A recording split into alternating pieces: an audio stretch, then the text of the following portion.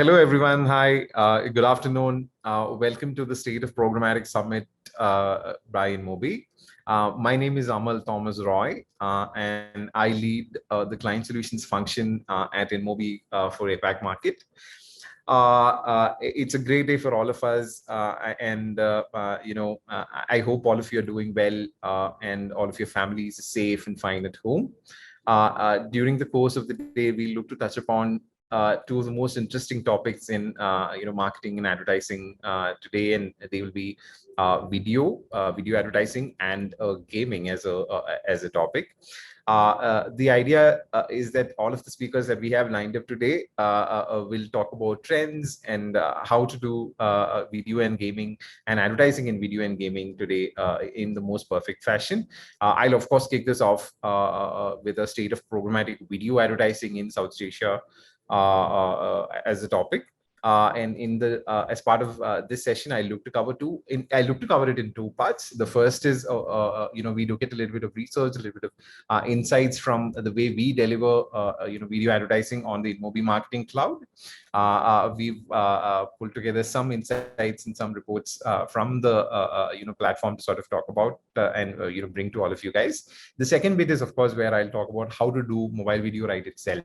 Like what are the environments where we can deliver video, and what are the best ways to sort of reach out to your consumers with mobile video today, especially in this sort of a scenario. Before I start the presentation, let me quickly share my screen. Hi. So like I was saying, the idea is to cover the state of programmatic video advertising in South Asia, and as all of you would imagine, right, like video is one of the most exciting formats that every marketer turns to when it comes to reaching out and engaging their consumer today, across the globe, and Southeast Asia is no different.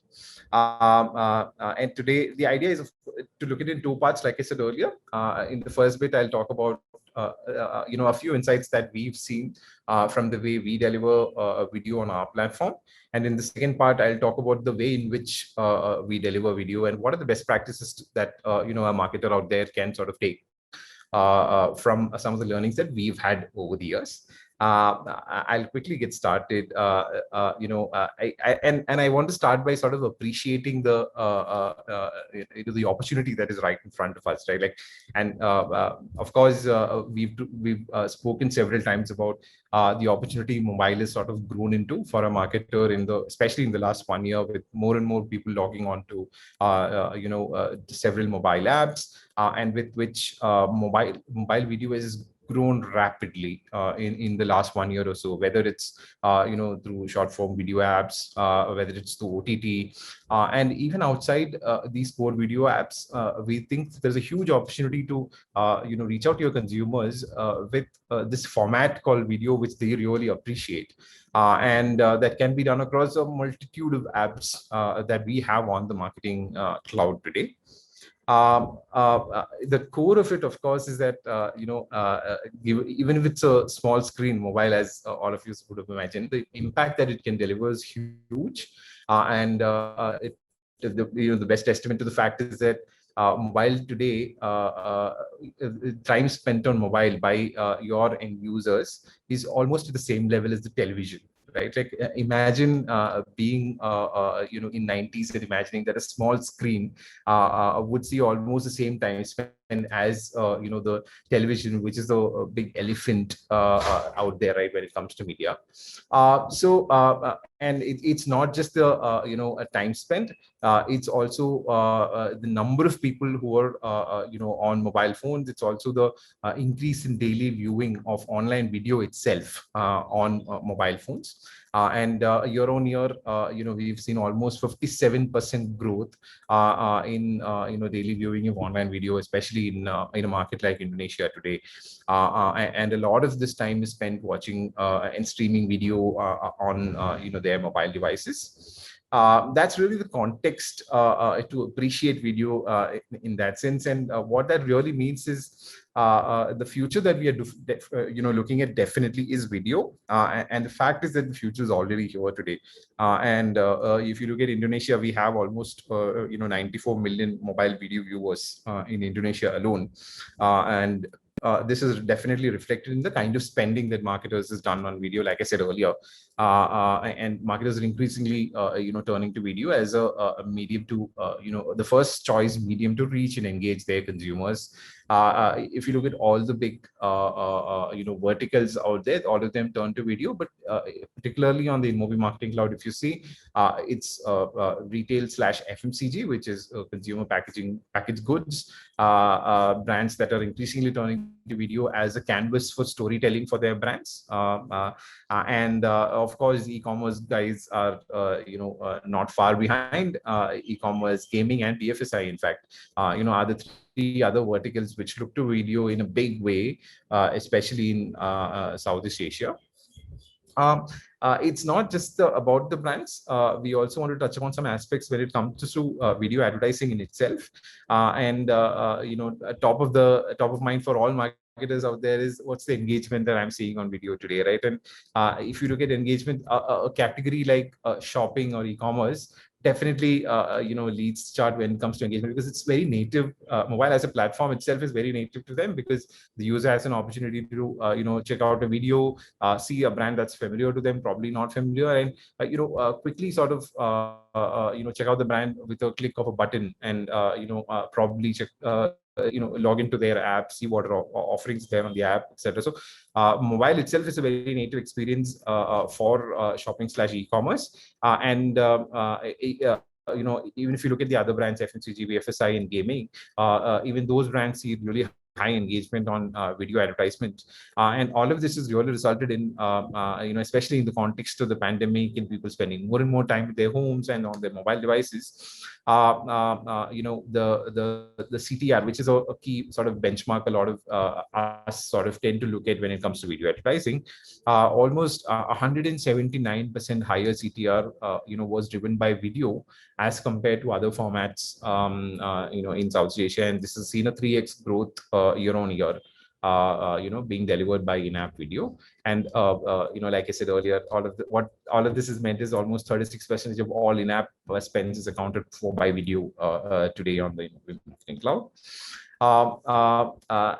Having said that context, I'd love to get into what are the key aspects that you need to keep in mind, and what are the best practices that you can take away from some of the learnings we've had as a platform when it comes to doing mobile video right.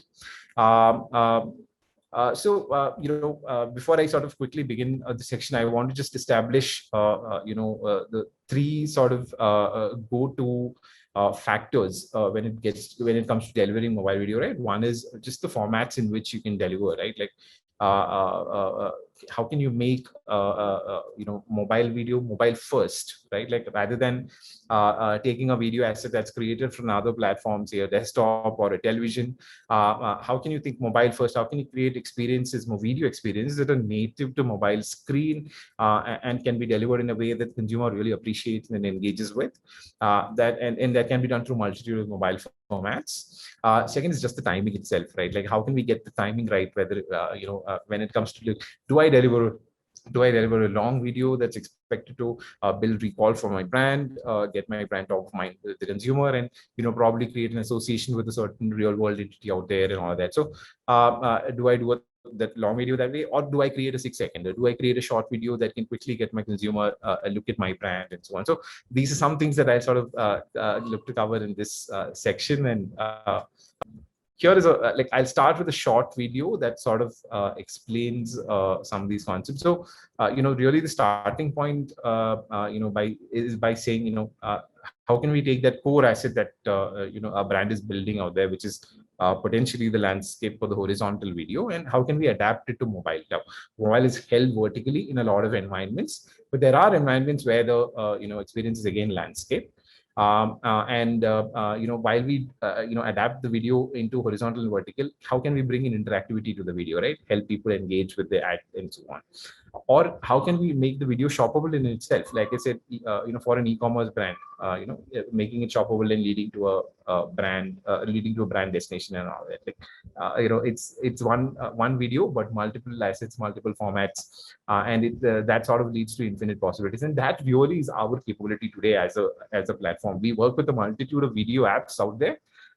So the opportunity is reaching the user across, the multiple apps that he uses across a day, he or she uses across a day, across a month, and reach all of them, reach all of these users in these different kinds of apps in the, using the format that's best suited for that app, right? Like if you're delivering in a gaming app, how do you deliver in the best possible fashion on the gaming app? If you're delivering in a news app, how do you deliver video in the best possible fashion on the news app? That really is something that we want to sort of talk about. And I'll cover this, I'll talk a little bit about landscape and vertical. Starting off with landscape. If you look at landscape video, which is the horizontal asset that we looked at, it delivers almost 47% higher CTR as compared to other formats. And we've seen almost a 6x growth in CTR for landscape video ads, and that can primarily be attributed to like I said earlier, users spending more and more time, more and more people logging into different kinds of apps that we work with at the mobile marketing cloud. And of course, the technological advantages, the technological aspects behind delivering a video ad. What's the infrastructure that we have built, and some of the advances that we've made in terms of delivering a smooth experiences when it comes to video advertising and so on. So, and on the landscape video, typically what we've seen is FMCG once again leads the chart, and shopping in social media, of course, joining FMCG as top spenders on landscape video. This is typically the asset that somebody would be delivering on a television or a desktop or a social. They adapt it to mobile, bring it to mobile, and deliver it on apps, across categories. So this consistency, I think, growth in CTR is that we need to sort of take away from landscape video. And what are the environments where we deliver landscape video?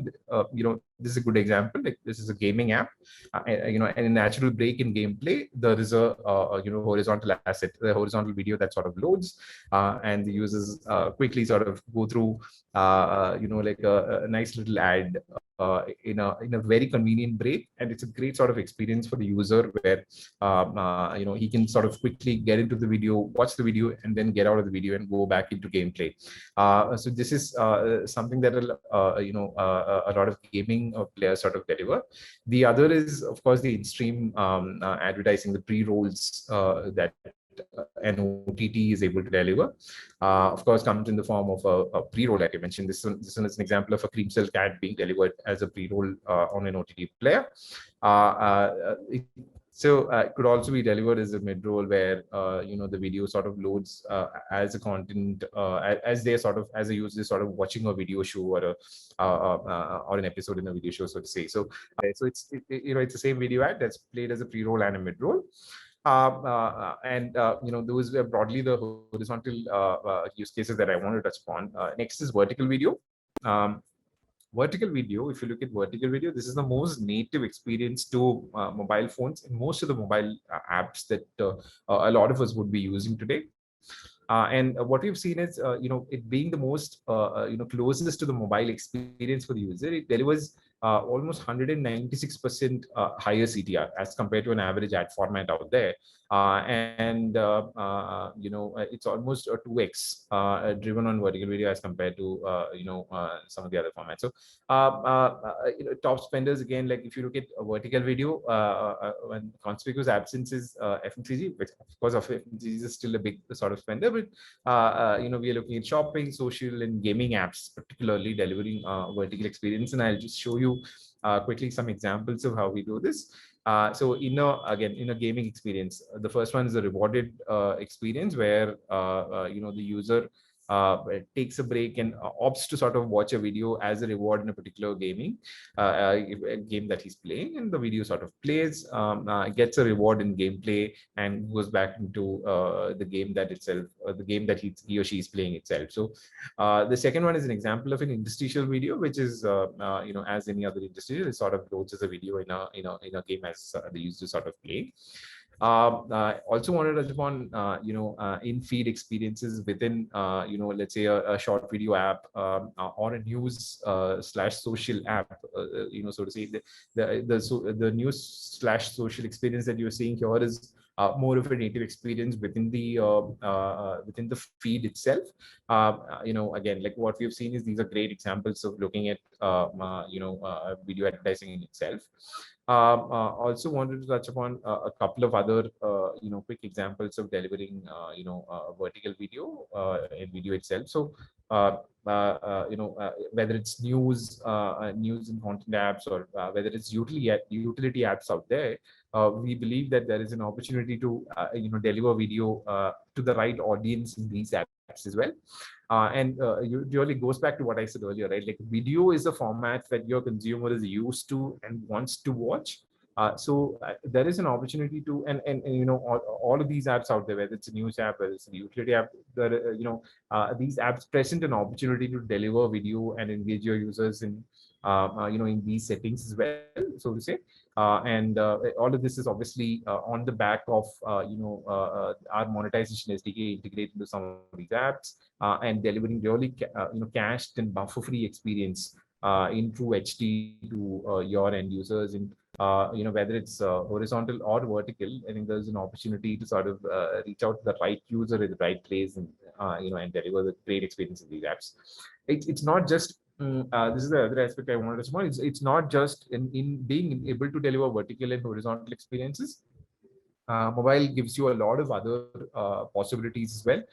Mobile brings with itself, whether it's a gyroscope, whether it's being able to deliver haptic experiences. Mobile brings with itself a whole lot of capabilities, and being able to integrate some of them into video experience is something is a great sort of unlimited opportunity out there. Like the first one that you're seeing here is a simple video with an end card. For example, this is a full vertical video being delivered in an app. Beautiful little ad about a Taco Bell product, and it ends by delivering an end card which talks about the product itself and gives the option to the user to maybe buy now, or discover a store near them, and so on. So video with end card is one of the ways in which you can use the capabilities that I talked about earlier.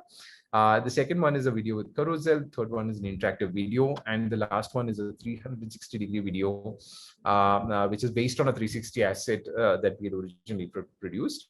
The second one is a great example of delivering, taking a horizontal asset and making a vertical experience out of it in that sense. So if you look at the BMW ad, the video ad here, we've taken the horizontal video, we've added a carousel underneath the video which talks about the features of the car itself, and it seamlessly delivers as a full vertical experience. The interactive video is an example of taking it one step ahead, where we have created natural breaks in the core video asset itself, pauses the video, gets the user to engage with the video, probably look at the features like a pilot assist that the ad is, sort of suggesting there. Get the user to pause there, click and engage, and move forward in the ad, and really experience the ad, and in a nice immersive way, and delivering video, not just as video, like I said. Uh, uh, like I said, the second aspect that I want to touch upon is timing. Third, rather, timing obviously is one of the key aspects.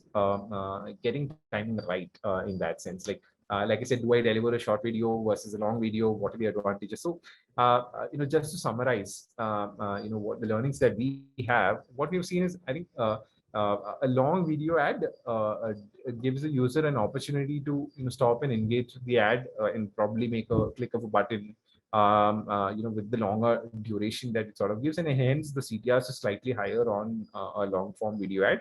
While a short video ad obviously gives you the opportunity to deliver high video completion rates with users, the kind of attention spans users have these days. It's often very important to probably start off with a short video ad, get a high completion rate, and then probably sequentially target the person with a longer video ad, and obviously bring in vertical versus horizontal here, and bring in multiple formats of video to sort of engage the user and so on. So that's really the second point that I want to talk about. And the other aspect, of course, when it comes to programmatic video itself, is your ability to bring in the other capabilities that a programmatic stack brings to you, which is your ability to reach the right audience, like I said, at the right place at the right time, and reach the user in the right, while you reach them at the right place at the right time, reach them with the right format in the right environment, right? When it comes to video itself. So,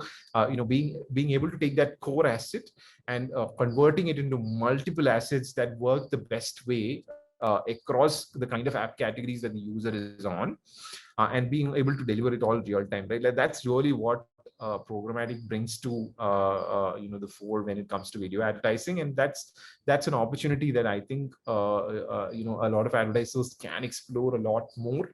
And we try and do that a lot for all of our key advertisers in South Asia, and it's something that we definitely want to sort of keep delivering on. And not to forget that real-time bidding brings with itself the opportunity, the transparency that any advertiser requires, and you only end up paying only the right price for the inventory that you buy, along with the transparency and brand safety that we always sort of deliver on and promised you guys. So we work with all the leading third-party players when it comes to whether it's brand safety, viewability, or measurement when it comes to your ads. Obviously, we've been one of the leaders in trying to deliver fraud-free experiences for our the marketers that we work with, and we work with partners who adopt only the best-in-class fraud-free practices, and we're one of the leaders when it comes to adoption of ads.txt and so on. Again, like I said, privacy is at the core of some of the things that we do, and being able to deliver privacy-first experience to our advertisers, especially in these times, is really a core objective for us as a marketing, as an advertising tech stack. And we work with players with HY compliance across geographies. That's really it from me in terms of things that I wanted to talk about video in general. I'll now quickly go into 3 video case studies that I want to leave you guys with. There are 3 case studies that I want to talk about. The first is an example of how Dove delivered video advertising and really encourage women in Indonesia to express themselves. And Dove being the custodians of real beauty, right?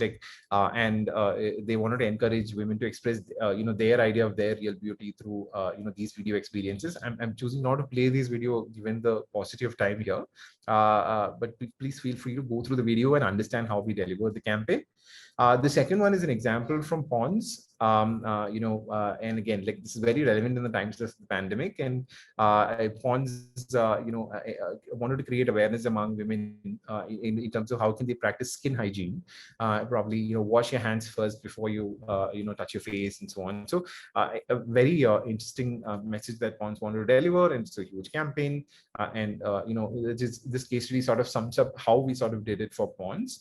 However, I'll play one video for all of you guys right now, where Breeze, the Unilever brand, worked with us to sort of bring together all the capabilities that I've spoken about so far, whether it's reaching the right audience, reaching them at the right time, in the right environments with the right format. We worked with Breeze to bring all of these together and deliver a personalized video campaign at scale using mobile.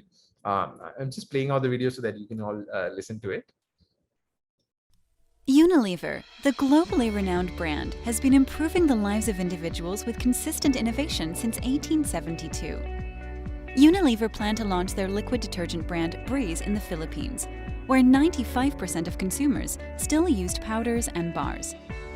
Believing that liquid detergents added genuine value to their consumers' lives, Unilever sought to bring about change and increase penetration for the category in a choked market by understanding current user habits.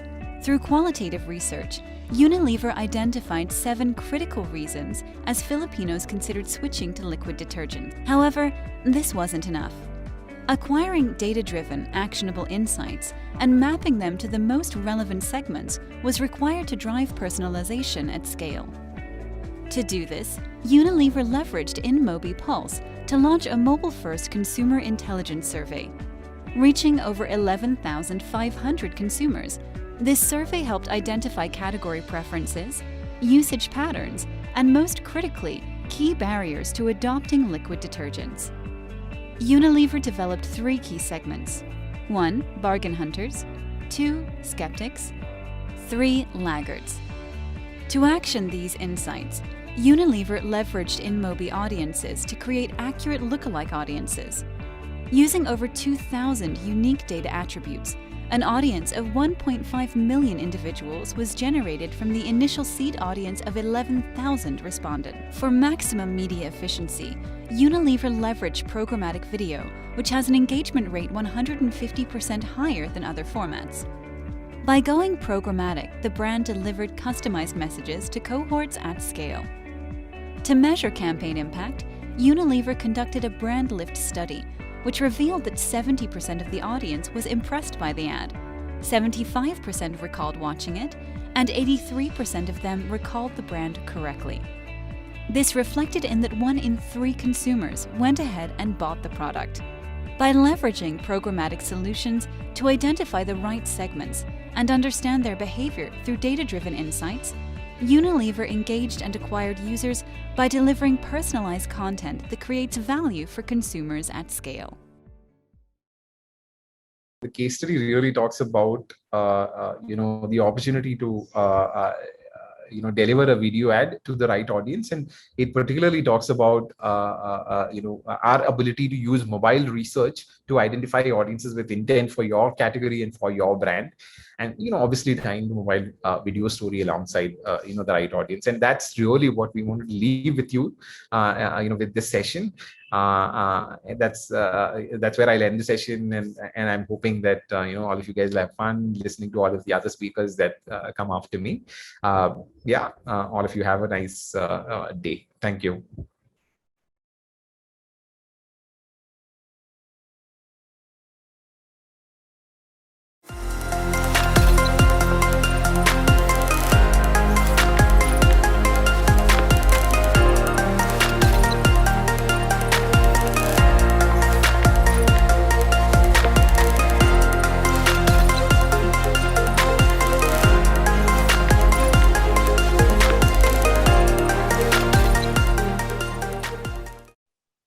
Hi, a very good afternoon, everyone, and a very warm welcome to this very exciting panel discussion on all things OTT in Southeast Asia.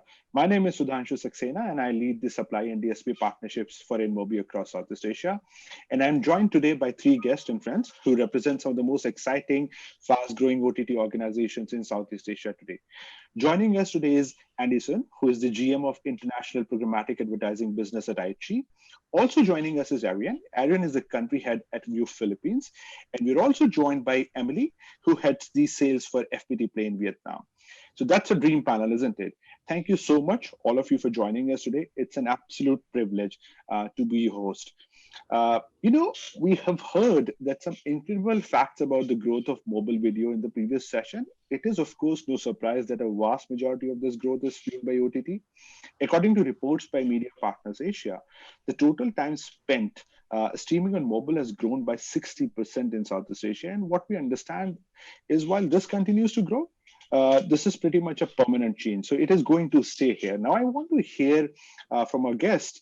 And let me start by understanding some trends from our guests. So my first question here would be, what are the most interesting user consumption patterns that you're observing? It is given that more and more consumers got glued to the screen, consuming OTT content. So what sort of acceleration did you see in terms of new users or time spent on your platform in the past year?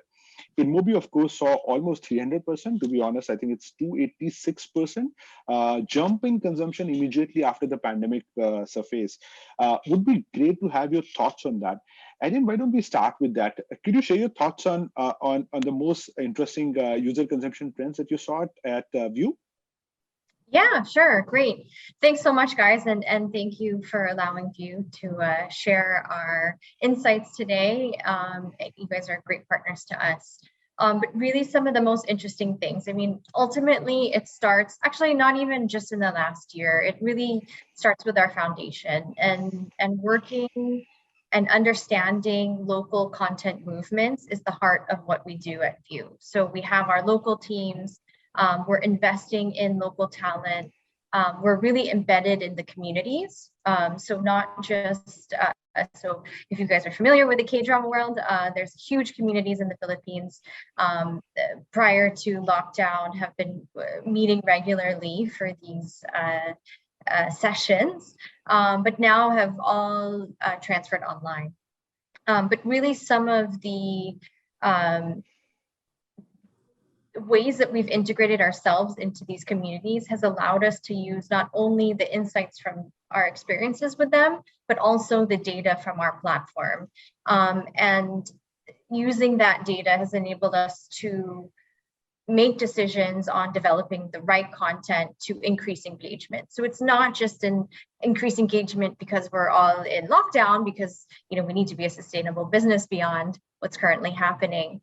Additionally, we focused highly anticipated simulcast content. So the top Korean content, which is most titles now are exclusive to us on View. We launched last year one of the highly anticipated World of Married Couple, True Beauty, Mouse. These strategies of really embedding into the local communities and understanding, using data to understand what they're looking for has enabled us to grow our subscription base. In the last year, actually quoting the same study from Media Partners Asia, we grew 47%. View in the Philippines is now #1 in terms of total users, and we rank second in both paid subscribers and streaming minutes among the video streaming companies across Southeast Asia. That's great. Wonderful, Arian. Andy, would love to hear your thoughts as well.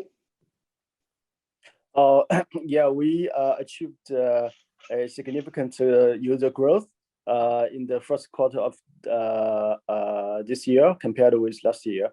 And I think pandemic maybe is one of the reasons, but I went to see, we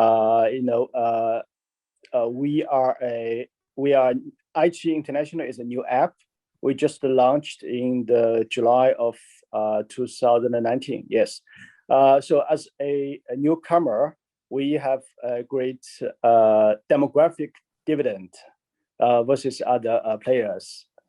So we can see we achieved a very rapid user growth because we one of the reasons is we are a newcomer and we enjoyed the demographic dividend. And also I want to see another reason is contributed by our Chinese content. Chinese content is getting more and more popular in Southeast Asia. In a survey in 2017 by a third party, most of Southeast Asia users were not familiar with Chinese content, except for some Hong Kong Kung Fu movies. But in the same survey in 2020, some Chinese content like some Chinese variety shows, Chinese costume dramas have grown in stature, such as the Youth with U3, which is an online, which is an original variety show produced by iQIYI and has been ranking in the top list in Thailand and other Southeast Asian markets. Yeah. Great to see actually the growth of Chinese and Korean content, as Arian was talking about earlier. That's wonderful, Andy. Thanks for that. Emily, what's happening in Vietnam? I would love to hear your thoughts on how you're seeing things happening at FPT. Over to you. Yeah, thank you, Subrahan, for the question. About our side, FPT Play, top of mind buying license. The movie, TV show, anime from some countries like China, Korea, and Thailand. And everyone now really want to watch the movie and to be the first people watch the movie is talk about on the news. And we top of mind for this for simulcast, so the user really want to watch movie with the same time with host country. So it's our focus. We need to focus for this kind of content. And last time when COVID-19 started, and our traffic and our user increased dramatically, it's almost 30%. And they spend much more time as usual. Like in the past, they spend more than 1 hour to watch. But during COVID-19, they spend much more time, like 1 hour and a half. So it's I think it's the point to focus and study about content. Lovely. These are some really interesting and honestly mind-boggling stats as well. Let's now move our focus to screens this consumption is happening. Just to start on with some certain stats, I think there are many reports who are suggesting that 80% of OTT organizations say majority of the consumption is happening on mobile.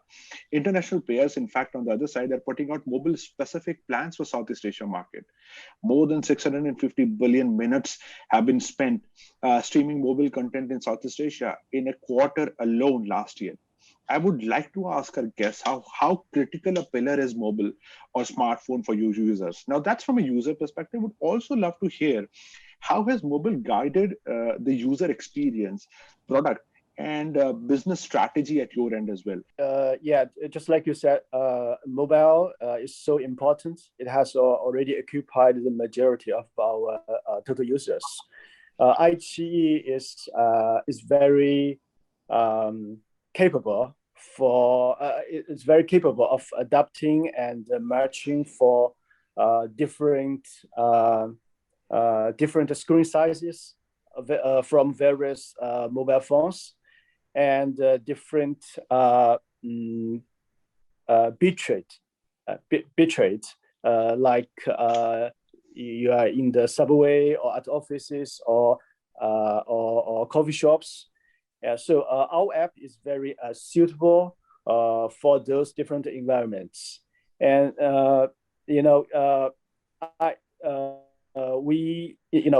mobile is so important, and with the application of 5G more and more widely, and we believe it will getting more and more important for our business. So speaking of business strategy, I think we will continue to polish our products for better user experience on mobiles. Understood. Very interesting. I think the whole ecosystem is coming to support mobile in here. Erin, your thoughts on mobile? Would love to hear your thoughts there as well. Yeah, in the Philippines specifically, we have about 65% of a smartphone penetration.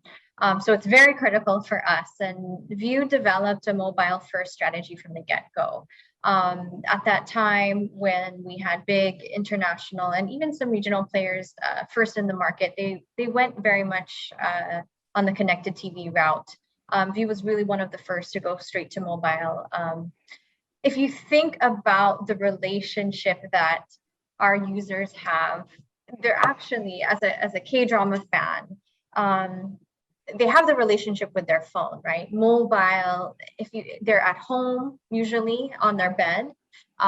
It's usually a female with her headphones in. She has the phone so close to her heart, right? She's falling in love with what she's watching on TV, but she's holding her phone. Her phone is the vehicle to her love life, essentially, to put it there. So in terms of how we develop our product, everything is correlated with that experience, starting from content to the way that we stream the content. And it even translates into the type of partnerships we make in market. Knowing that most of our users are watching our content from their phones, it's important that we work with the top telcos in the Philippines and the top mobile providers in the Philippines. We offer data packs with generous mobile data subsidies, and even sometimes free View Premium subscriptions to encourage people to try, right? And this is really empowering for those mobile users, because historically, or even until now, we're still fighting time, right? Everybody's on their phone, either doing Facebook, YouTube, but really with the partnerships we've had and the relationships we've built with our audience, the mobile phone has been that vehicle. Lovely, super interesting. Yet again, thanks, Arian, for sharing your thoughts in here. As we move forward, now we understand that consumers have actually moved to OTT. Vast amount of the consumption is happening on mobile. Mobile is right at the center of it. Let's also talk about the opportunity at hand here, right? Would be great to understand how are you working with advertisers to leverage the opportunity? And I genuinely believe this opportunity actually is quite huge, isn't it? By some estimates in a recent report, a significant number of viewers are willing to actually have ad experiences on OTT platforms in exchange of viewership. Would love to have your thoughts on this opportunity piece and how you're tapping it and helping advertisers reach out to those consumers who are increasingly, consuming content on OTT on their mobile phones. Arian, would love to hear your thoughts on this one first. OTT has great potential for the growth, especially in the Southeast Asia.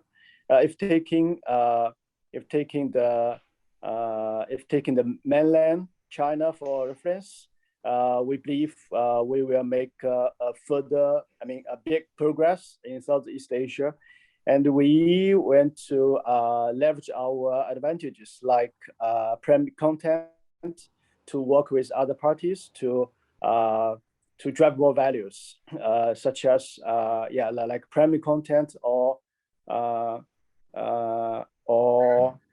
behavior data, which is generated by our algorithm, and we are very open to work with other parties to customize those behavior data to drive more value. Super interesting. Arian, your thoughts?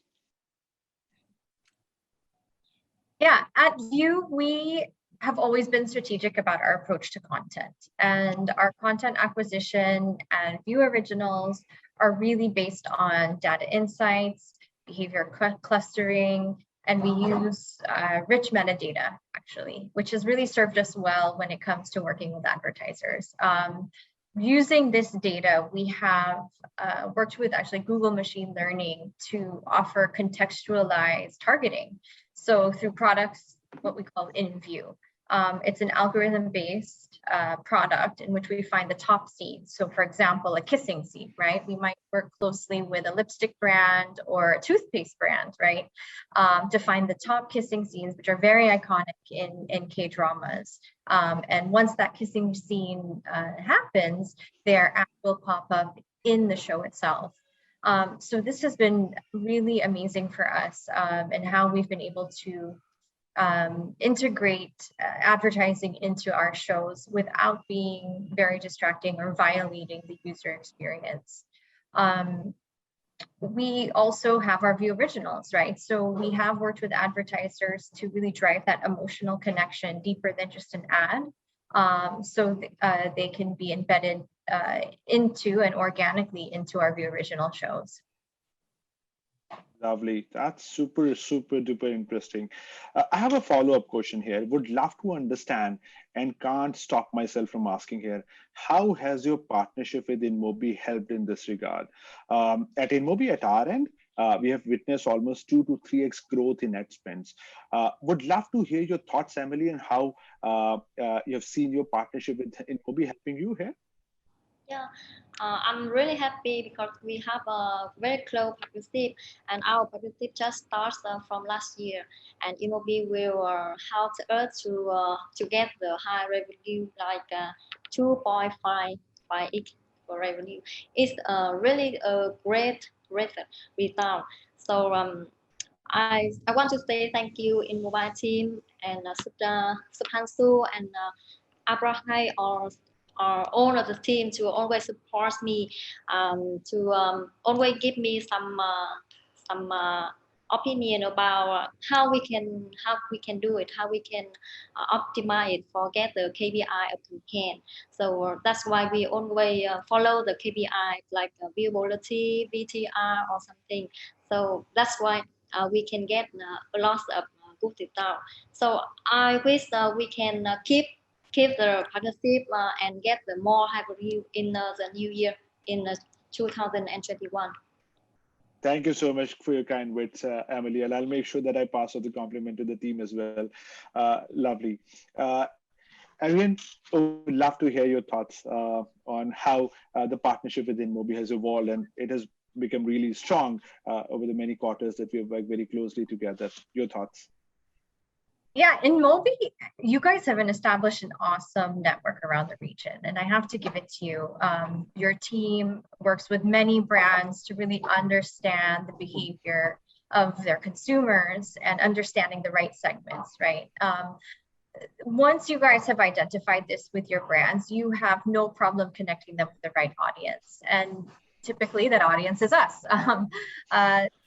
Providing them with that quality audience allows us to showcase the amount of engagement, and with those tools that you guys are offering to your brands and our quality audience, typically that leads to higher return on their marketing campaigns and advertisers. Lovely to hear that, Arian. Thank you so much for your kind words as well. Andy, would love to hear your thoughts as well. Partnership with InMobi has been great. I know that. Over to you. Yeah, yeah, we made a great progress in the past months. Not only the revenue growth, but also the business relationship we built. You know, I also want to take this opportunity to express my thanks to InMobi. Like you guys, you know, we are newcomer. We are not very familiar with the outside of China. So, but you guys give us a lot of information and very great suggestions about some advertising formats, some transaction types, which did help us. Yeah, so I want to express my thanks. Thank you. Thank you so much, Andy, Arian, Emily, for your trust and partnership. We are truly humbled by your kind words. Moving on to a phenomena which is happening within this phenomena, which is connected TV or CTV as we call it. My question here is that, is CTV gaining momentum to become mainstream, or do you think it is more of a distant future in Southeast Asia? Some of the reports are suggesting that only 29% of content is seen on CTV versus say close to 65 to 70% in North America. So of course, there's a lot of room to grow, and there are of course exciting times ahead. So we'd love to hear your perspective on CTV as well. Andy, your thoughts on connected TV and the growth that you're observing on the connected TV front? Oh yes, yeah, CTV. The percentage of CTV is not a higher number so far, but the growth is very fast. And if taking the mainland China for reference, we believe the CTV will become mainstream in Southeast Asia in the coming few years, because you know in China, CTV has already contributed over half of total video views. And so we believe CTV will be the next, power for the growth. I mean, more and more users will transfer to connected TV from traditional TV, as CTV has a lot of advantages compared with traditional TV. Definitely, could not agree more here. Exciting times ahead, isn't it? Arian, your thoughts on connected TV and the strides that we was making on that front? Yeah, actually, so this morning I was researching a little bit more in the Philippines and what's going on, and I turned to Lazada and I just searched smart TV, right? And I wanted to see what was the price now. And I was surprised to see that there are smart TVs out there for as low as, well, 3,000 pesos in the Philippines, which is about 60 USD. So actually, if you think about it, connected TVs are actually more affordable than mobile phones, which is interesting because that makes it accessible to be in every home. And we're seeing in the Philippines, the biggest challenge with the connected TV is the connected part, right? They're not connecting to internet. So they might have a smart TV at home, but they're not necessarily connecting it to their broadband. and utilizing it the way that it is used in North America or maybe even in China. And I think some of those challenges are largely driven because of infrastructure, right? Broadband is expensive, essentially, but we are seeing an increase in prepaid broadband devices with the rollout of 5G from our networks here. Are expecting to feel more of that, and people connecting their TVs actually to the internet and using them properly. So I think there is some time as infrastructure starts to grow as well, or the internet, the 5G and the prepaid devices, we'll start seeing more of that in the future. True. Over to you, Emily. I think when it comes to connected TV, Vietnam stands out, and within that, FPT Play definitely stands out. And we have been working together on that front too. Would love to hear a bit more from you on the connected TV front at FPT Play. Yeah, I think PPP is gaining momentum to become mainstream now. You know, in the past, when we want to watch movie, right? We need to depend on what time they broadcast, and we need to have couple. But now internet is developing over the world, so we just need a smart TV and connect internet connection, so we can watch all over the world. And I think the smart TV is a necessary thing to connect every member of family in the dining time after working day. And you know, my key selling point is about the smart TV, and we install application FPT Play on all of the big brand about the CTV, about smart TV, and we have more than 2 million impression per day for inventory. So I think the different thing of FPT Play, we have inventory on smart TV, and I really want we can have partnership on smart TV in this year. Yeah. Of course. Yeah, I mean, great to hear different perspective on how connected TV is up and coming in certain markets, and it has already arrived big time in certain others. So great to hear your perspective. Now, with this, of course, we know that there are exciting times ahead. Now, that brings me to the last question of this session. And I would like to ask our panelists here, what are the top 3 trends that you are looking forward to within the OTT spend in 2021? Aryan, your thoughts on the 3 trends that you're very keenly looking forward to this year? One, I'm very interested to see more of a healthy competition in the OTT space. I mean, while viewers have demonstrated their appetite for online viewing and are really flocking to OTT, we still have to work together as an industry to fight piracy.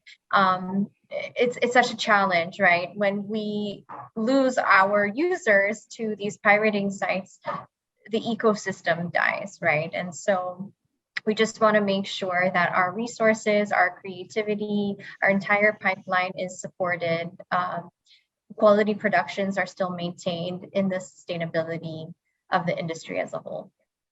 The other areas that I'm excited for are tailored ads for OTT. So typically in the past, we've seen just people either just taking their TV commercials or their Facebook ads or their YouTube ads and just plopping them over, expecting the same results. While we do exceed most of those benchmarks, again, as a user, you're more accepting to watch ads. Why not entertain them, right? Why not move them or, start a conversation with your ad instead of, a quick six seconder or 15 seconds. Really want to create. I mean, my dream is to have almost every ad on the View platform to move you like a Super Bowl ad, right? That would be the best experience. So hoping for more and more advertisers to really get their creative juices flowing.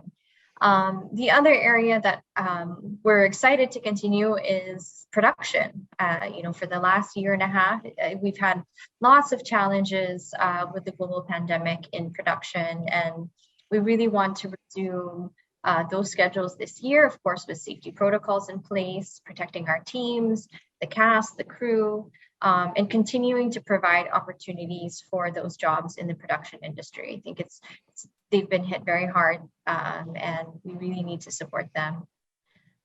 Absolutely. I hope things turn around on that front. And on the tailored advertisements, definitely we'll be working closely together to make sure that advertisers take notice of that and start working towards that. Andy, your thoughts on the top three trends that you are exciting about in 2021? Yeah, Arena just talk about the trends about the industry. But I prefer to talk about the top three trends that we expect to happen on iQIYI International this year. And the first, first trend is we expect to achieve an outstanding user growth. If we want to be the leading video platform concentrating on Asia content, we still need to speed up our user growth by leveraging our premium content. This is the first trend we expect to achieve. And the second trend is more PMP dues. And we want to work with Imobi to help us drive more PMP dues. Its eCPM is much higher than OA. And currently, OA occupies the majority of our total revenue. So we want to make a change and work closely with Imobi. And the last trend is content marketing. Yes, content marketing. I know this is a programmatic panel, programmatic topic, but I still want to talk about content marketing as it's quite important for iQIYI International. We give a very high potential expectation on this. Content marketing is not only about the logo placements during the campaign period, but also the need to establish the connection, emotional connection between with users, and this emotion indeed induced memories will make deeper and positive impressions for our users. So it's very helpful for building and establishing brand awareness. So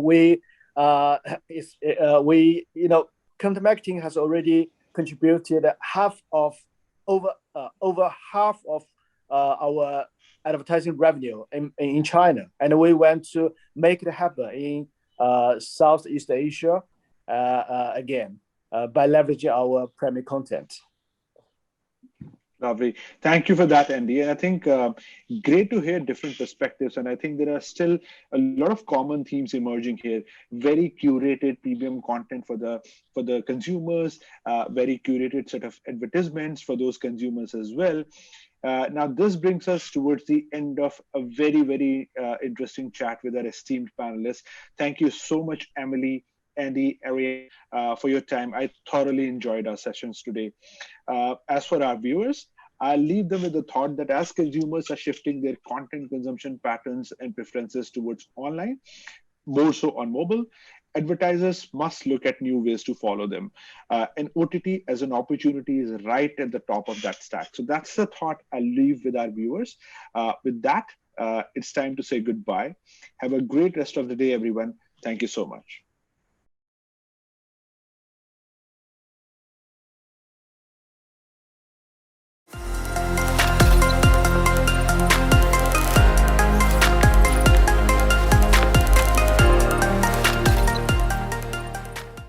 Hello, everybody. Welcome to yet another Building Resilient Brands Summit. I hope you guys are having a good time. We've had a lot of insights shared on the programmatic mobile video and also a very lively session just now with all the OTT players across Southeast Asia. Now we'll move on to a newer chapter that's emerging across the globe and even more strongly in Southeast Asia. And as we are all aware, somewhere deep down, everyone's gaming among us. And that's what we are here to discuss about, the huge gaming trend that we are seeing in Southeast Asia. Some specifics around sub-regions, how they are emerging as clear winners when it comes to gaming. And ultimately, demystifying some mythbusters or myths that exist today for advertisers and brands. Now, before we deep dive into the insights, I just wanted to share a bit about how the report has been curated. We have looked at 3 different pieces to get the insights. One is, of course, consumer research, which we have built based on the InMobi Pulse platform, which is our leading mobile consumer intelligence platform. There are a few audience insights that we've looked at based on the InMobi audience intelligence platform, and ultimately to look at who are the top advertisers who are spending, what are the top gaming categories that are really gaining, so on and so forth. We have looked at the InMobi Marketing Cloud or the mobile advertising platform. Now, just to deep dive into the research methodology specifically on InMobi Pulse, this consists of a mobile survey conducted programmatically by sampling 1,000 plus Indonesian smartphone users. And these responses were basically recruited in February 2021, targeted and weighted to be representative of Indonesia's smartphone population. Now, as I was mentioning earlier, we look at three big pieces in this particular session. And the first being that just setting the stage and understanding how Southeast Asia is becoming a behemoth in itself when it comes to mobile gaming. Secondly, just doing a deep dive into one of the sub-regions, which is Indonesia, and how that's emerging as the land of the committed user. And finally, taking a deep look at some of the gaming advertising mythbusters that exist and demystifying them to help you understand why it could be so much more worth your advertising and branding budgets. Now, first up, while we definitely have heard, read, and learned a lot about gaming globally, close to 3 billion gamers, especially mobile gamers across the globe. And this number seems to only be increasing with even, the gaming ad spends supposed to be increasing. But Southeast Asia accounts for close to 250 million mobile gamers, right? And that's a huge number in itself within this particular group of countries. And that is basically something that we are seeing emerging as one of the biggest leaders out here in Asia Pacific. Now, one of the big shifts that we are seeing out here in Southeast Asia is that gaming is not just a young urban man's game anymore. We are seeing a lot of female gamers, and we are also seeing a bunch of old age or Gen Z and millennial population taking to gaming even more, given that mobile has democratized it a lot. So you see here that a bunch of gamers in the 18 to 24, 25 to 44, and 45 plus age groups as well are there, which include a bunch of them from the women as well. Now, what's also happening is that with the democratization of gaming via mobile, what's happening is a bunch of gaming categories are gaining popularity, of which 3 or 4 are the most famous right now or most popular. That includes casual, simulation, action games, and board or arcade games. But as we look at the new trend that emerged specifically around the time when every country was going into lockdown last year, around April 2020, compared to January 2020, we were seeing a 3 to 3.5x growth in the usage itself. Now, this was a very, very new trend that was emerging. But as we basically jumped into January 2021, what we thought of as a new trend or an emerging trend was basically resulting into lasting impact with a 2x growth in usage itself. So this was not a mere spike or a one-time spike. It was basically a sustained growth that's basically emerged with mobile gaming. Now, as we understand that, let's deep dive into Indonesia and understand why it is becoming the land of the committed gamer. Now, the first bit, as I was already mentioning about accelerated democratization, both the pandemic and mobile have basically meant that more and more people have been welcomed into the arms of mobile gaming.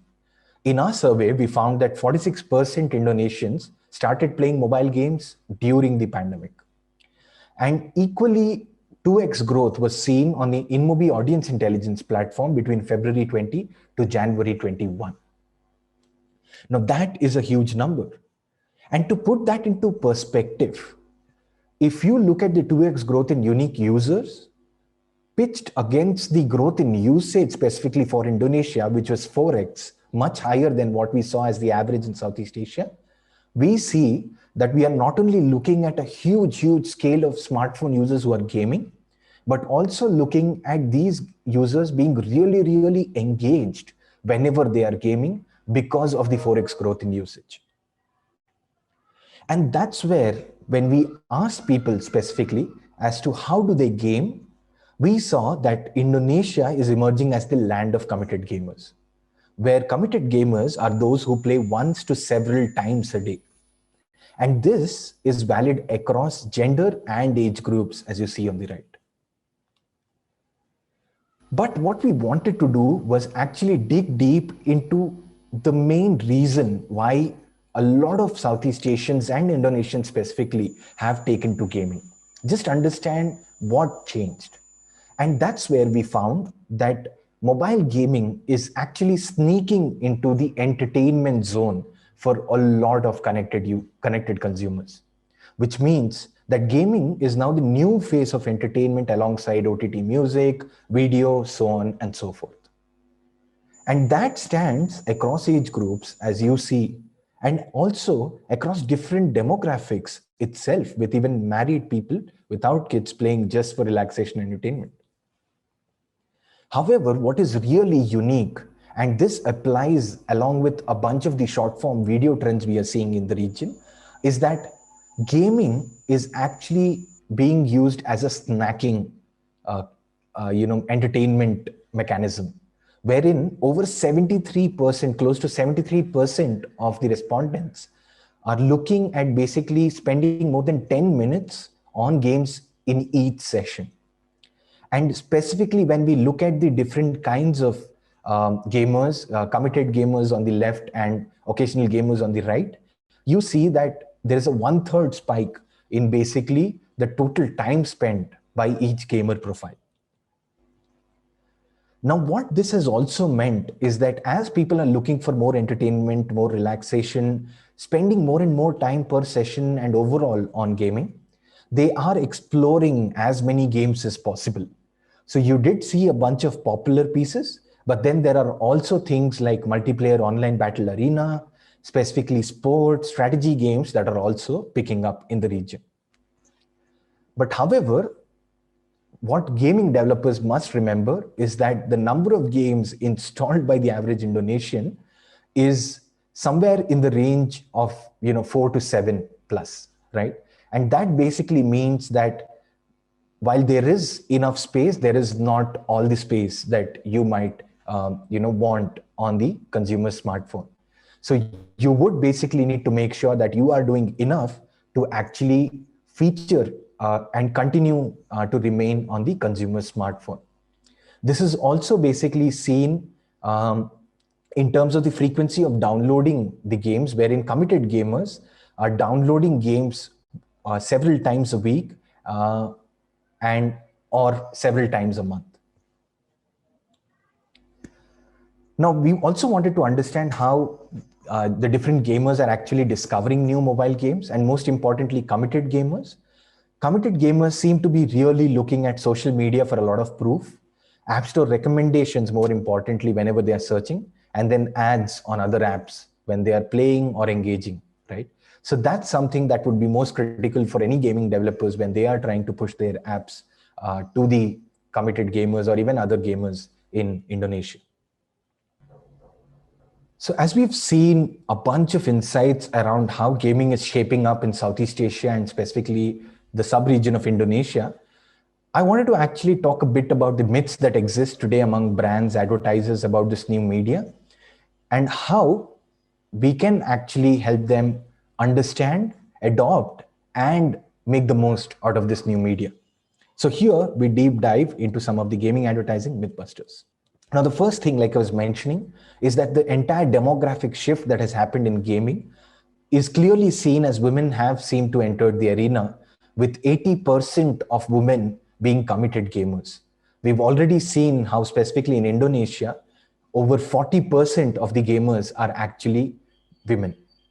And also what we have seen is that overall time spent per session by women is also in the range of 11 minutes to 1 hour, which in itself is a huge, huge number. Another aspect is that a gamer actually represents many avatars today in the real world. While you see that they are gaming on mobile phones, probably binging on some of these casual gaming apps, word puzzle apps, etc., they also represent retail store visitors, restaurant visitors, convenience store visitors, so on and so forth. And they are equally found on a bunch of other apps like entertainment, photo and video, utilities, social networking. So it's important that to understand that mobile gamers are actually available across a bunch of other apps, and at the same time also represent a bunch of other offline personas. Now, what is the most important and most critical aspect to really understand for advertisers and brands is that gamers represent an engaged audience. A mobile gamer today has a preferred method to progress in a game, and that is to watch an ad rather than make in-app purchases or pay money. And in Indonesia, we saw that approximately 80% of all mobile gamers prefer to watch an ad. Now, as a consequence of that, what we've also seen is that 2 in 3 mobile gamers actually recall seeing an ad. It could be either because the brand or product or topic of interest was really relevant, the ad was engaging and really interactive, or the ad helped them benefit in the game, right? But because of either reason, they actually end up having higher recall than any other environment itself. So gaming, what we need to recall again is that gaming represents, smartphone users at scale with the current growth in unique users.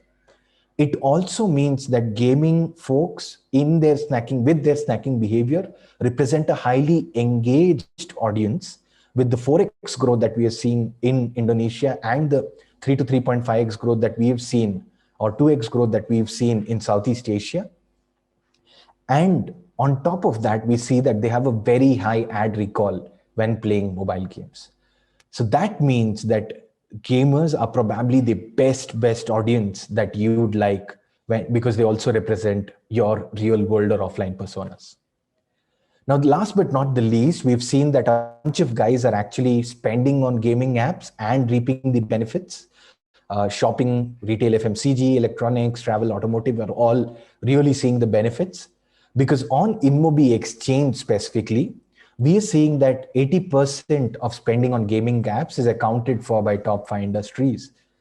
And there's a 40% higher VCR or video completion rate seen on these ads when compared to the industry benchmarks in the region.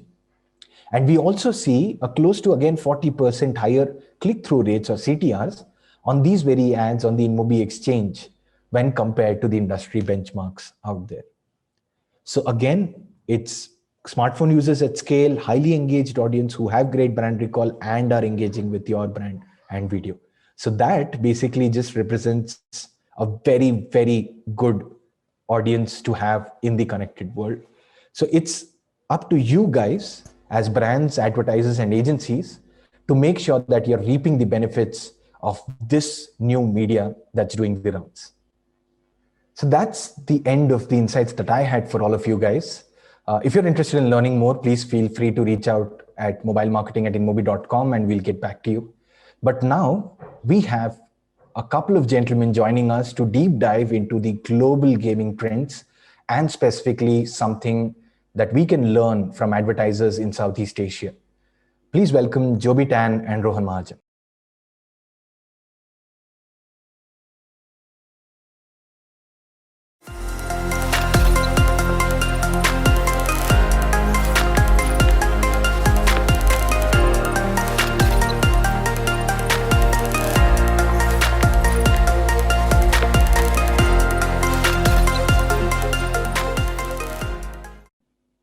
Hello, everybody. Welcome to the final session of the Building Resilient Brands Summit about the state of programmatic in Southeast Asia. In this session, we'll be doing a deep dive into the latest emerging trend, but a lasting impact that we are seeing in terms of gaming. and I'm welcoming a bunch of great gentlemen with me, Rohan Mahajan and Joby Tan. Gentlemen, why don't you go ahead and introduce yourself? Sure. Hi everyone, this is Rohan Mahajan. I'm working with Omnicom Media Group Indonesia.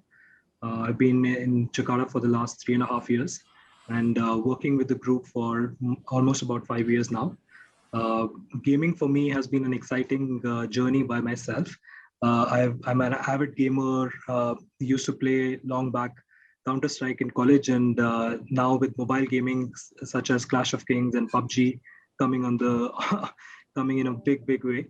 So very excited to be here. Thanks Rajesh. Over to you, Joby. Thanks, Rohan. Hi, everybody. My name is Joby Tan. I'm the head of global business development for gaming here at Inmobi. I've been in Inmobi for the last 4+ years, and I've been in this space since 2011.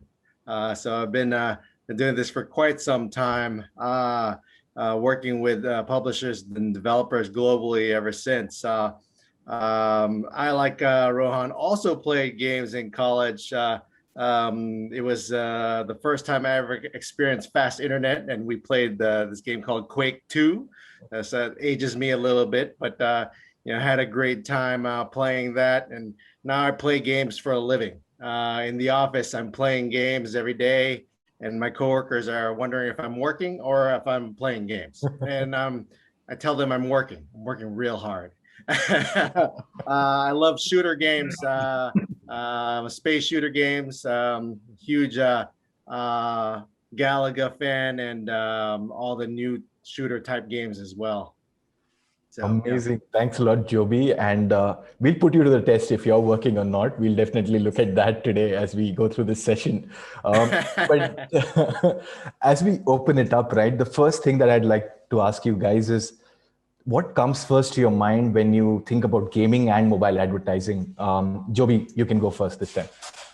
Yeah, when I think about gaming and I think about mobile advertising, I always view the game first. Being a gamer, working with games, the number one question in my mind is it fun, right? Will I keep playing? Is it fun? Is it something I haven't seen before? Because many of these games today, you're seeing copies upon copies on copies. So every time I see something new and exciting, I gravitate towards it.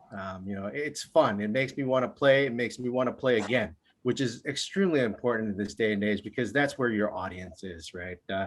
So you want to keep playing. And also, I'm a big music buff. I love music. I love great music. And every time a game has good music, it totally engages me and makes me want to keep coming back. And at the end of the day, that's what it is, right? Keep coming back, having a captive audience, and then the advertising piece will fit in, right? And that's just how it works. Having a captive audience, an audience that enjoys the time that you've given them with the game. Wow. So Joby, next time I'll probably, recommend a lot of gaming studios to kind of sign up OSTs for their gaming, releases so that please. But yeah, Rohan, over to you. What's the first thing that comes to mind with gaming and mobile advertising? Yeah, I was going to say, I wish I had time like Joby to play in the office. I'm working hard, Rohan. I'm working hard. Amazing.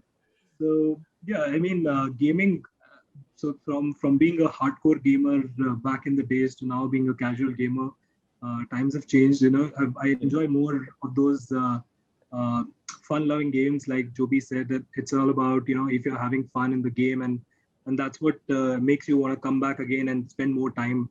And especially when you're playing games, you get addicted to it, and it's a common human behavior.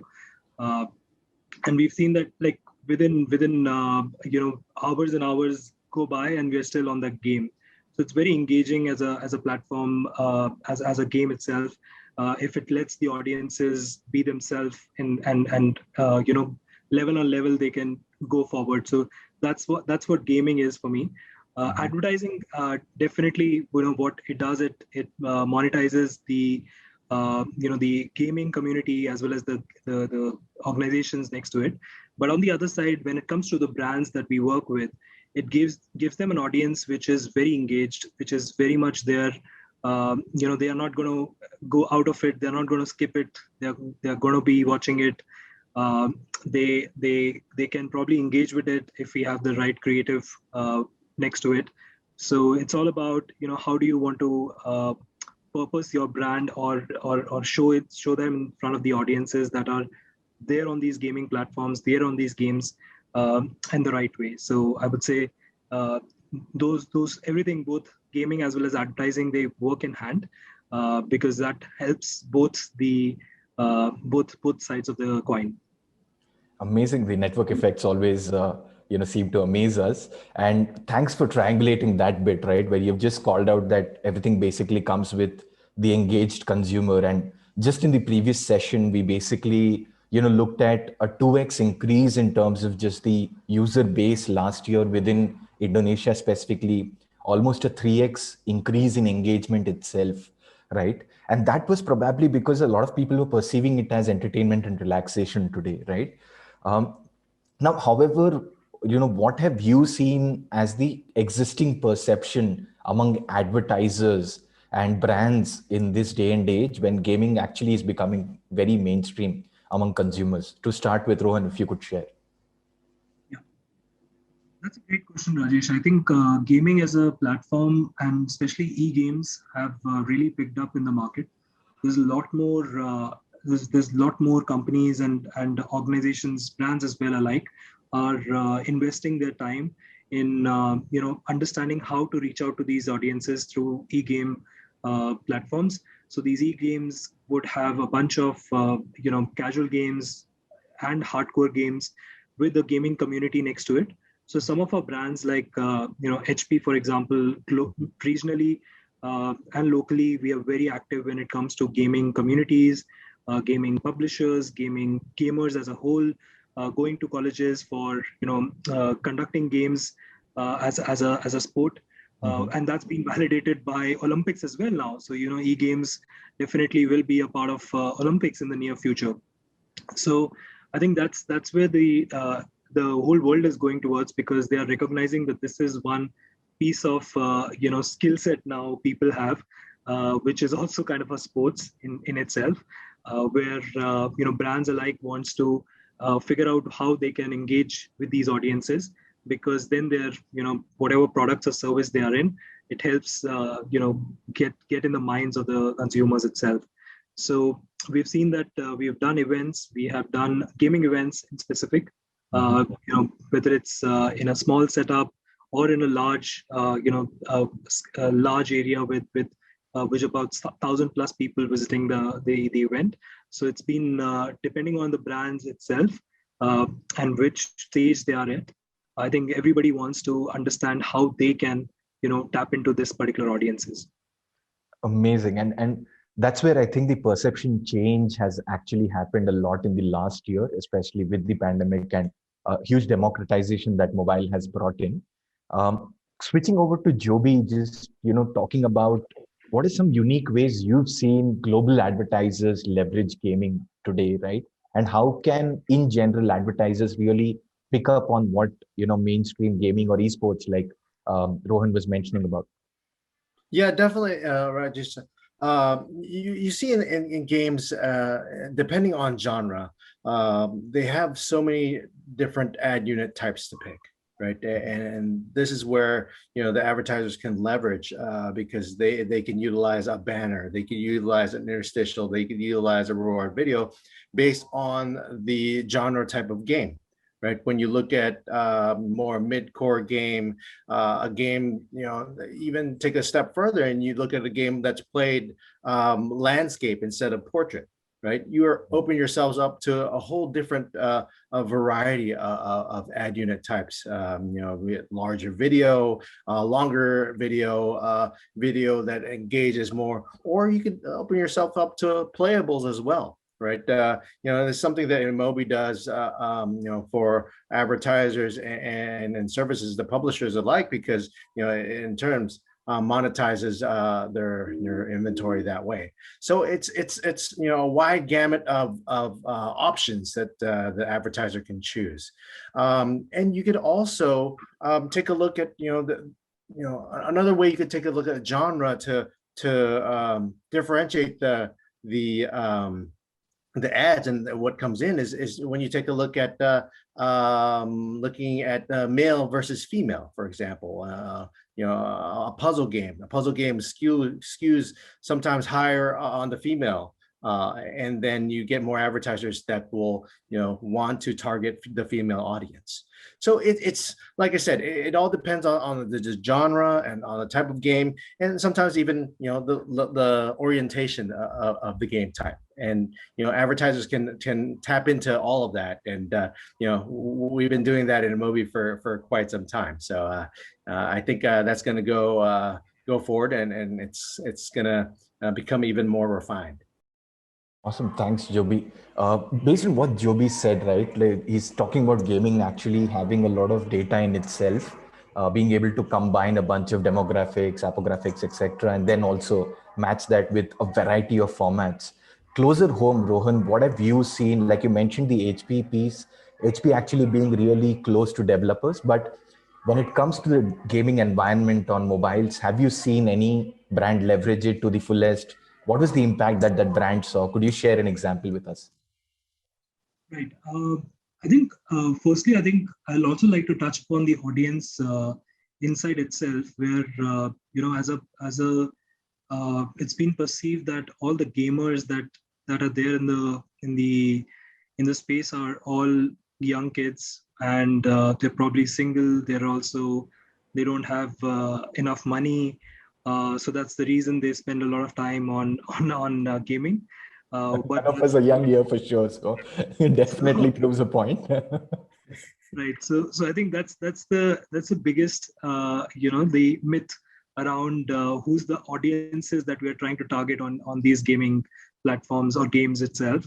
So that's one thing I would really like to tell my brands as well as the partners that we work with, is that you first need to understand that we are not only just targeting college kids here, right? So we are targeting everybody who's like me, who's like you, who's on the gaming apps all the time, whenever they get time. So it's very important that first they understand the audience itself, that there's a large portion of people from 25 to even 40-year-old on these games.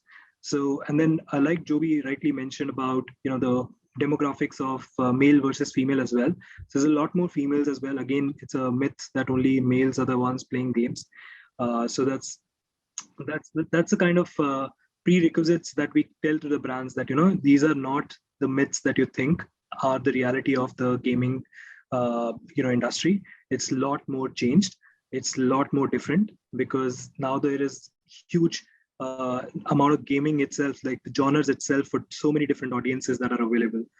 And then definitely, when it comes to brands utilizing these kind of insights, and then going ahead and creating some sort of a gamification within the apps, within the games, or the different formats that are available for brands to look at, whether it's a in-game activity within a few of the games, so that they can recreate the coins into a milk product, right? And so it's a runner picking up the milk cartons.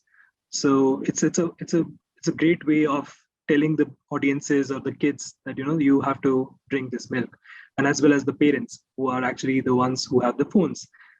Which they also notice that the brands which are making an effort to reach out to the audiences in a right manner. So there are multiple ways, and there are so many examples, whether it's in games, whether it's different kinds of sponsorships that the brand do with these gaming communities itself, where one of the examples I would say is clients are going ahead and saying that we'll give you gaming sponsorships. So you could look at sponsoring a team of people who win an event in a huge like space where there are hundreds and thousands of participants, and whoever wins it gets a scholarship for a school, for a college, and it's a great incentive, for everybody to participate in it. So I think I won't say there's one example to it. There's so many brands trying to trying and figuring out which works best for them, and year on year they continue with this. So they continue with whether it's the sponsorships, whether it's the events.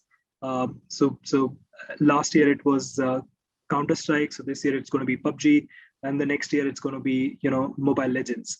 So the games might change. The objective is very similar, I think, and that's the repetition that a brand has to follow. That take a stance of what they want to go into the market and who they want to target. So whether it's a banking client, it's still possible for them to participate in something like this, where they are showing that they are a bank, but they can support a scholarship for someone, some kids, by letting them be in their own space, but also growing the whole economy as a whole. So I think there are different aspects of how a brand can look at it. Awesome. And Rohan, I think there you basically ended up sharing a couple of broad things. And thanks first up for actually breaking some of those mythbusters out. It's not just a young urban man's game. It's a lot of women as well. And then also brands are not just advertising, they're also figuring out how to grow the community, developer community itself, and pushing, the envelope over there. Joby, therefore, like something that's very close to your heart, right, about the developer community in Southeast Asia. I reckon recently, started scaling your team here in Vietnam, etc. And so how are you seeing the entire developer community here? What are you planning to do for the entire community in Southeast Asia? Well, we're definitely looking to create long-lasting, relationships within the developer community. In the past, there has never been an InMobi representative, on the ground in these communities. You named Vietnam as one of the countries that we're starting with, and Vietnam has been a hotbed of new studios, popping up every day. Hyper casual is extremely popular there, and I think it might stem back to the original Flappy Bird hyper casual game, that you guys remember from a few years ago, right? That was a huge hit. That guy was so much of a rock star, he went into hiding because everyone wanted a piece, right? Everyone wanted a piece of him. So we've definitely hired there to be a part of the community, represent InMobi there, and have someone on the ground to represent these studios and be a voice for them. Be a voice for them of how they want their games represented, which brands and which monetization partners do they want to work with, brands that understand their audience, brands that could studios that can promote brands, right, and studios that can get brands excited about these new products that they're pushing through. And also, in the future, what we're looking to do is what has not been put forth yet was, picking the actual brand that matches the game, right?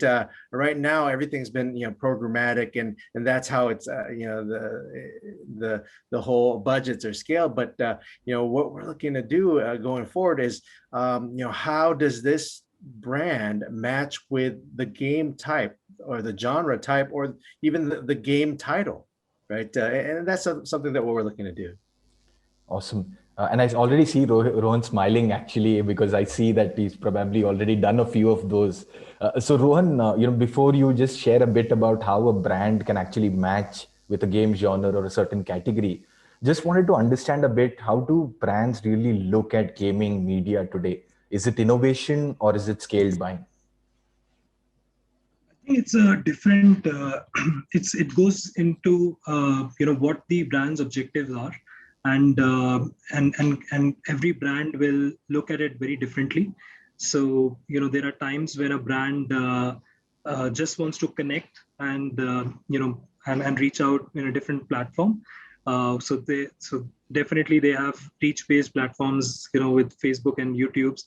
So they are just want to reach out to incremental audiences which are not there, or whether it's the different channel where they want to reach out to the same audiences with a different mindset.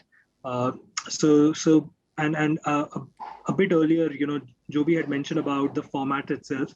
So there is a different experience when it comes to horizontal versus vertical. So you could have different formats when it comes to how the brands want to showcase this.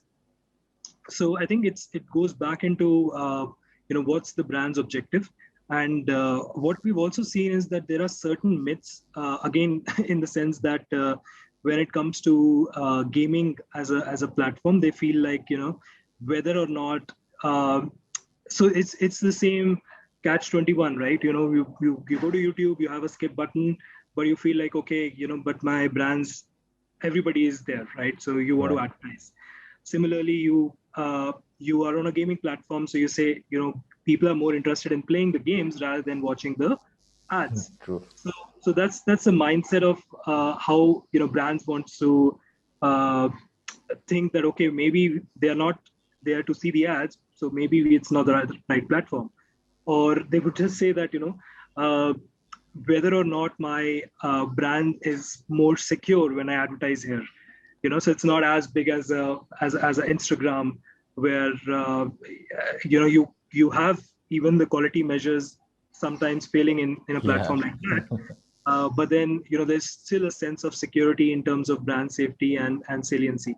So there's a lot of emphasis now that brands give about whether or not once I advertise on these games, they are the right games that I am advertising. And especially when it comes to programmatic, in the past, we've seen that as an SSP, there are thousands of games and you really don't know where the ads were coming in the past, right? But there have been so many measures that have happened over the years that now it's not the same as what it used to be, right? So I think it's some of these things is what brands need to understand, and I'm sure the agencies and guys like yourself are Joby and the team and everybody in the same space try to educate everybody, that especially the brands who wants to take their first step in gaming, that these are certain things that have already been taken care of.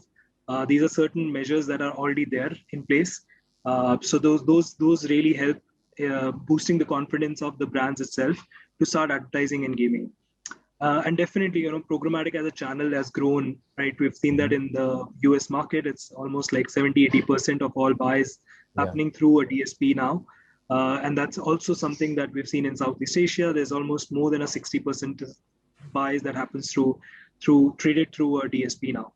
So definitely, there's much more evolvement of technology when it comes to buying of media on games.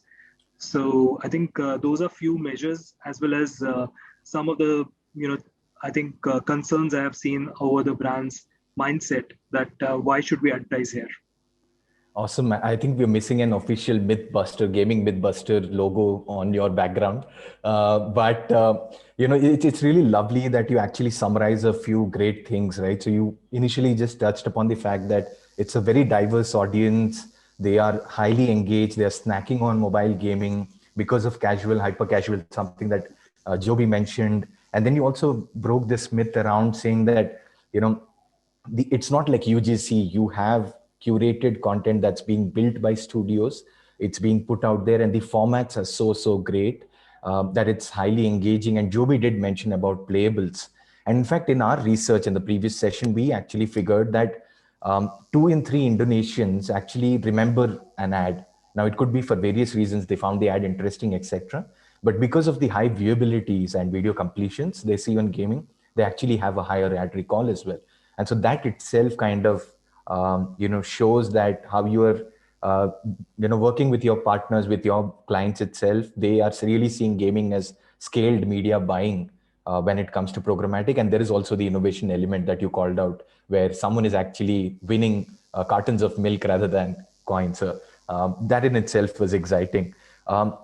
Moving to you, Joby, just a quick question right now. When you basically, look at the gaming environments today, right? Hyper casual is a huge trend that you've called out. Now, where do you see the future of gaming going, right? Globally and, in emerging markets like India, Indonesia, etc. That's a great question, Rajesh. I don't see hyper casual going away anytime soon. Right. If you look at the ad mix here in North America versus the ad mix that you see in Southeast Asia, there's a huge weight on gaming app install ads versus brand ads that you see. Right? It's a massive discrepancy, right? And that all comes down to money. Right, ECPMs, right? Those guys are, getting huge ECPMs, 20, 30, I've seen up to $80 to $90 ECPMs, which is amazing. And that's something you cannot ignore, even if that's your competition on your game, right? You can't ignore it. They're paying you money to be on your game. So you're going to say, yes, I'll take it. I'll take your money, right? And with the hopes that your game is engaging enough, sticky enough, for your user to keep playing it. But that's why, the hyper casual and, casual games, I don't see them going away, because they're keep on investing on buying new users and getting new users, and, investing on, buying new games or creating their own games. It's a vicious cycle. I think they have to keep creating the content and keep creating new content, because they might lose the content from the ads that they display in their game. So it's I think the cycle will continue. There's a lot of money out there that these studios are pushing forth, and everyone wants a piece of it. So I think they'll just keep on creating content that way. Definitely a virtuous cycle over there. So we almost towards the tad end right now. I'd request each of you to probably take 3-4 minutes by yourself, starting with Rohan, and just share, when it comes to this day and age, and specifically, starting when a lot of just mobile gaming is mainstream, what are top 3 tips that you would give your advertisers? Be it about programmatic scaling, be it about innovation, but what would you give as 3 big tips for advertisers to do when it comes to gaming? I think it's all about where they are in the circle of starting point, and if they have not yet started, I think the best way is to you rightly mentioned curating the inventory through gaming as well now. So that's a possibility that they should first begin with. So rather than saying that, if they're not confident enough with buying through programmatic because they feel it's whatever the reasons are, I think the best way is to curate the publishers that they are looking at. So they can go with like some 50 publishers that they handpick and only advertise on that first before they, once they gain the confidence in the way of the ads being able to result into an outcome. So that gives me the second point. I think it's very critical for brands to measure it in a way that they have been measuring other platforms. I think what happens is that sometimes they or have the right KPIs when they're measuring this. So if it's not about you're advertising on gaming, so it's not going to give you a sales, right? So don't look at a platform which is not a sales generator, but at the same time have the right set of call to actions next to it. So it's important that your message has the right call to action, whether you want people to come to your website or it's about downloading another app through the game, or it's about something else which the audiences are looking at, right? So I think for one of our clients, telco client, I think we beautifully used gaming as a rich media platform where we want to engage with the audiences, right? So they let them play the games, but the moment they want to buy the Pulsar, they will remember us. So Pulsar is basically, adding credits to your mobile phone.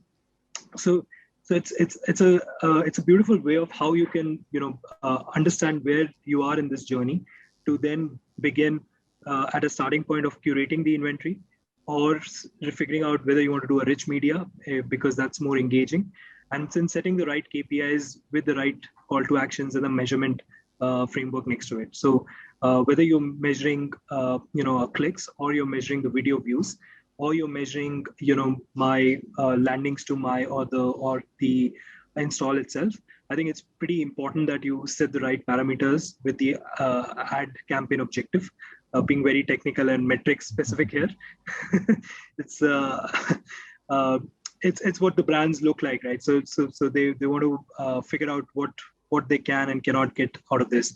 And definitely, there's a big momentum and boost every year with MMA and a lot of the innovation that InMobi itself and many other bring to the table in terms of how the brands can leverage this, right? So there's a lot more formats now than it was before. There's a lot more innovation going on. There's a lot that a brand can see when it comes to whether it's like I mentioned earlier, whether it's the sponsorships or the like scholarships itself as an incentive. So there's a lot more brands can look at, and I think my tips would be that don't be shy to start.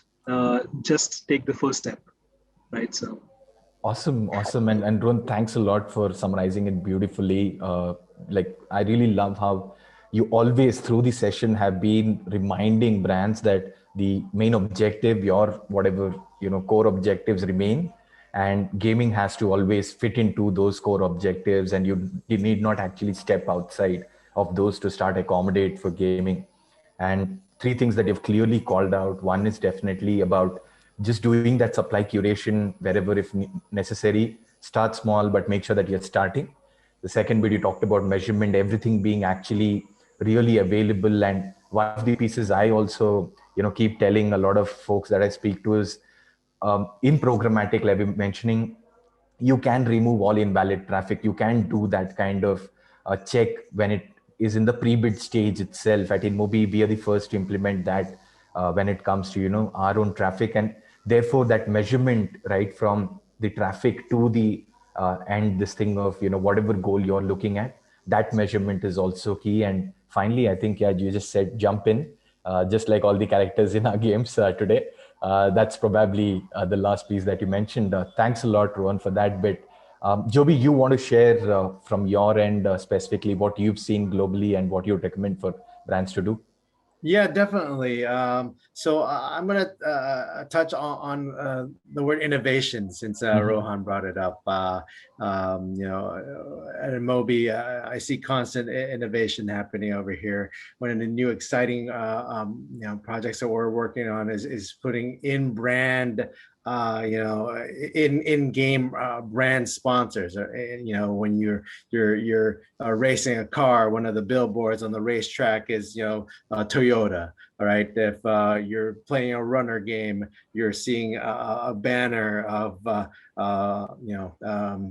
Dove soap or something like that. So it's something like that. It's in addition to the ad units that you usually see. And something like that is really exciting. Something like that we talked about maybe 10 years ago when I first started this industry, but it didn't really see much traction yet.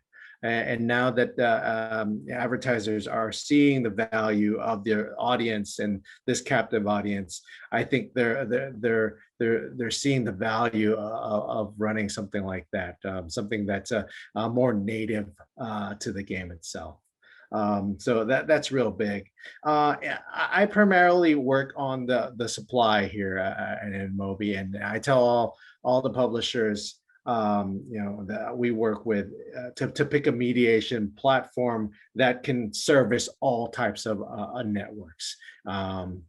Servicing all these networks will give them access to all types of advertisers around the globe internationally. And I think that's real important as well, because an audience isn't just in one country, right? We could work with Indonesian developers, Vietnamese developers targeting a US audience, or a US audience targeting the Indian audience. So you definitely want to work with a partner that can service you in all those ways and forms.